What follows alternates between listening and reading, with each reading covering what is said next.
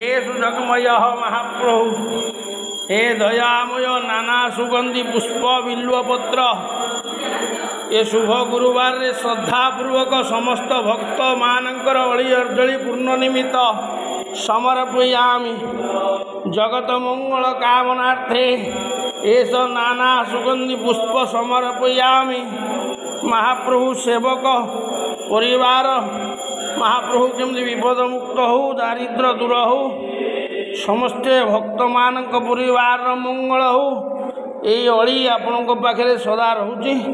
प्रभु आपण आशीर्वाद प्रदान हो आपण आशीर्वाद जगत उपरे थाऊ समस्ते भक्त माने भलरे थांतु।